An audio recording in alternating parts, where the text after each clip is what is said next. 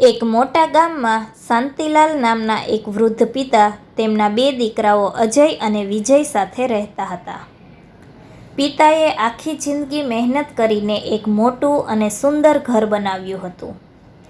પણ પિતાના અવસાન પછી બંને ભાઈઓ વચ્ચે નાની નાની વાતોમાં ઝઘડા થવા લાગ્યા.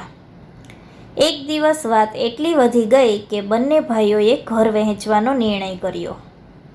ઘરની વચ્ચે એક મોટી ઈંટોની દિવાલ ચણી લેવામાં આવી. આંગણું વહેંચાઈ ગયું, રસોડું વહેંચાઈ ગયું અને વર્ષોથી સાથે રહેતો પરિવાર બે ભાગમાં વહેંચાઈ ગયો. દિવાલ ચણાયા પછી બંને ભાઈઓ એકબીજાનું મોઢું જોવાનું પણ ટાળતા. પણ થોડા સમય પછી ગામમાં ભારે વરસાદ અને પૂર આવ્યું. અજયના ભાગમાં આવતી છત ટપકવા લાગી અને તેના ઘરના ખૂણામાં પાણી ભરાવા લાગ્યું. તે એકલો તેને ઠીક કરી શકતો નહોતો. બીજી તરફ વિજયના ઘરમાં શોર્ટ સર્કિટ થયું અને અંધારું થઈ ગયું.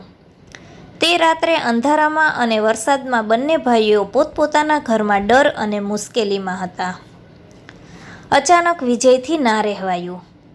તે દિવાલ ઓળંગીને અજય પાસે ગયો અને બોલ્યો, "ભાઈ, તારી છત ટપકે છે. ચાલ મારા રૂમમાં આવી જા."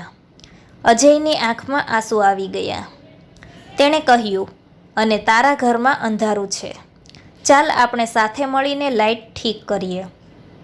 બંને ભાઈઓએ સાથે મળીને કામ કર્યું અને તેમને સમજાયું કે આ ઈંટોની દિવાલ તો માત્ર ઘરને વહેંચે છે, પણ મુશ્કેલીમાં તો ભાઈ જ ભાઈના કામ આવે છે. બીજે જ દિવસે તેમણે વચ્ચેની દિવાલ તોડી નાખી અને ફરીથી એક થઈને રહેવા લાગ્યા. આ વાત પરથી આપણને બોધ મળે છે કે ઘરની દિવાલો વહેંચી શકાય છે, પણ લોહીના સંબંધો અને પ્રેમ ક્યારેય વહેંચી શકાતા નથી. સંપ ત્યાં જ જંપ.